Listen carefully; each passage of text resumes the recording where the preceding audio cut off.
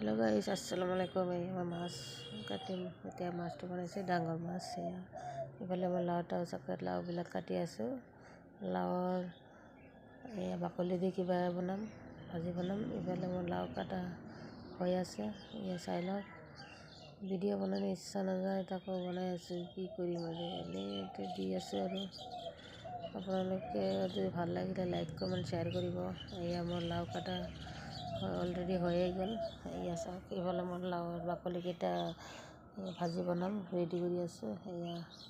মিহি মিহিকৈ কাটিম। বাকলিবিলাক পেলাই আৰু কি হ'ব, চব কিনা বস্তু। সেইকাৰণে আপোনালোকে বনাই খাব, বহুত টেষ্টি হয় এইবিলাক ভাজি বনালে। চাওক, কাটা ৰেডি হৈ গ'ল।